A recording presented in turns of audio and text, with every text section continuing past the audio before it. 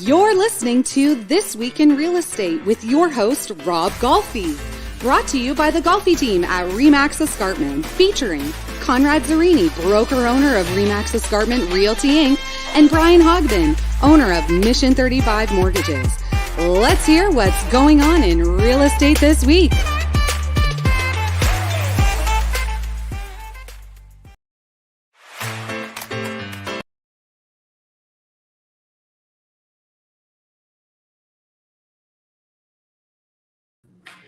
There you go. Can you guys hear me? There he is. There he is. Yeah. It's, we're always having technical difficulties here at the Golfi mansion here. But anyway, so I sent you guys, it says vertical sprawl. Conrad, I was hoping that you'd be on here. We're getting feedback someplace from somebody. I'm not sure where we're getting the feedback. But anyway, concern over vertical sprawl after Province nixes Hamilton's 30-story height limit. Conrad, this is right up your alley. You've got a lot of buddies that build a lot of high skyscrapers, and so they must love this. And it's actually we probably need it, especially that the amount of people that are immigrating into Canada in the next year or next 10 years. If they don't want to go wide out to open up the green belt, they have to go up in the core, right? I mean, they're already building now. They've already I think okayed a 45-story in the harbor. Yeah. Well, you're talking the harbor, yeah. And then there's the big project going on with New Horizon at Francis Road there. They have actually, believe it or not, there was no height restriction there at all. And they're looking at 45 to, I think, 50 stories. Yeah. So it looks like the skyline is going to change in Hamilton in the next 10, 20 years. It looks like you're going to start seeing taller and taller buildings. But now, a question to ask you but you're only limited. You only can allow so much parking anyway. Like, it's not like you can build a 50-story tower if you don't have, like, how deep can you dig to, like, how many levels of parking do you go underneath it? Is there a little bit of a limit on parking spaces you can put underground? Yeah, and then what happens is a lot of municipalities allow for parking above grade. So I'm building 219 units, 14-story. I've got 2 above grade. Yeah, so exactly. You got so 2 levels above grade parking. Any underground? Yes, I got 4 underground. Yeah. Oh, is that right? Okay, so that's probably where they'll add the level. Now, why couldn't you go 6 stories underground? You know what? It was cost savings. It was okay. Cost savings. I believe there was a water course at some level. Where I am. So yeah, we just decided to go above. And again, the cities want commercial on the main floor. We were very fortunate that we got away with no commercial on the main floor, and we brought the parking above. And that's something throughout North America where parking is. I don't know. Have you ever been to Chicago? Chicago's the water table is really low there. So most of the parking is maybe you go 1 story down, 2 by the river, but most of it's above grade. And how many spots do you need per? Like, is it a 1-for-1 or 75%? Like, what is the requirement? Well, at 50 square meters, which is around just under 600 square, like around it's just about, I would say, just under 600, like 500 square feet. You need a third of a parking space. That's a Hamilton requirement, 1/3. So for every 3 of those units, you need 1. But they're going to soften it. Like, if it's on transit, you're going to see some things at 0, right?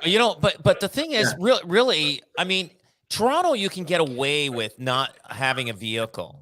But Hamilton, I still think you need a vehicle, or is that going to change? I think you see the car share I see them around Hamilton quite a bit now. I know I see the Sobe bikes as well too. They're not as good in winter, but the car share is.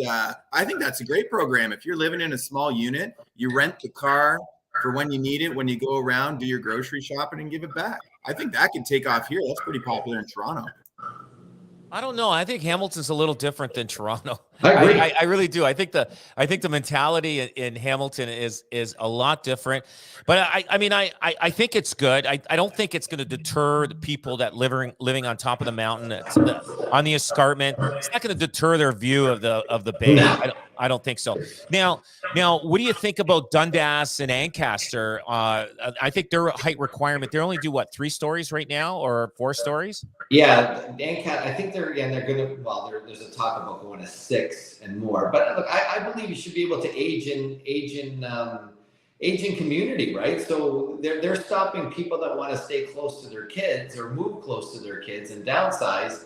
That's been unfair all the way through. Now, Dundas has done some high rise, but Ancaster's Ancaster's been the poor cousin when it came to their fair share of high rise because of the old council that was there. So I think that's going to change. So the one thing is, I'm sure developers are happy about this. Am I correct? Because obviously the more stories you go up, they make more money, but obviously that could be passed on to the consumer. It could be cheaper for them because, like the taller you go, the cheaper it is. And hopefully the consumer benefits from it, which I doubt.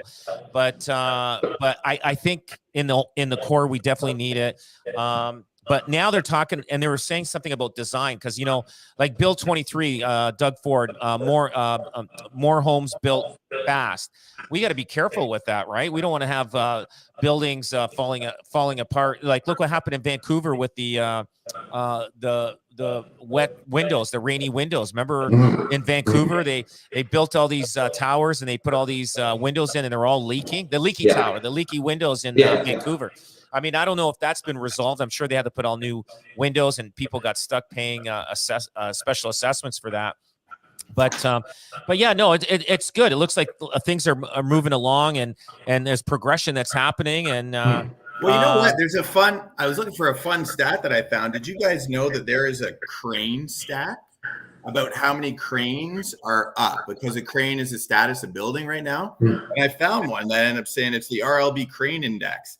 And Toronto has more cranes in it right now than all of the other major metropolitans in North America. Right now, Toronto has the most amount of cranes, and that is a huge sign of the construction that's going on in Toronto right now. Yeah, but is there but there's no crane restrictions. Like if there's 10 buildings being built, 10 no. They're not going to restrict that, but yeah, Toronto I think is the number 1 in the world, isn't it? It is the world, yeah, no question. But the thing is too, the height thing, right? If you look at all the buildings, like there was one in Chicago called the Spire, and then even in Toronto there's one that's trying to get off the ground that's the highest.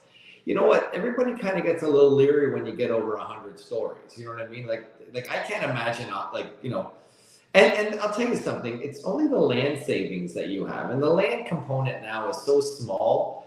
You're just saving money on the land when you go higher. The construction costs are still there. It's still, so many linear feet of pipe and all that kind of stuff, and engineering and everything. So I don't think you're going to see price, Rob. I don't think you're going to see a price drop. You're going to say it doesn't. Maybe I can amortize the land over more units, but the land component, if it's 10% of the value of the building, I'd be really, really surprised. And that's nothing, right? Yeah. You know what? Especially, what's that one, the Conley building? That how big is that property? You can't even. That's like the size of a regular lot in some areas. Yeah. It's and how many stories they want to build there? Like that thing is changed hands at least 3 times in the last 10 years. Yeah. But obviously now everybody's going to be applying for more floors to put on, right? So you've got Television City. They got and apparently they got the first one sold out. 32 stories or something like that. So obviously they're going to apply to go even higher on the second one, I would assume.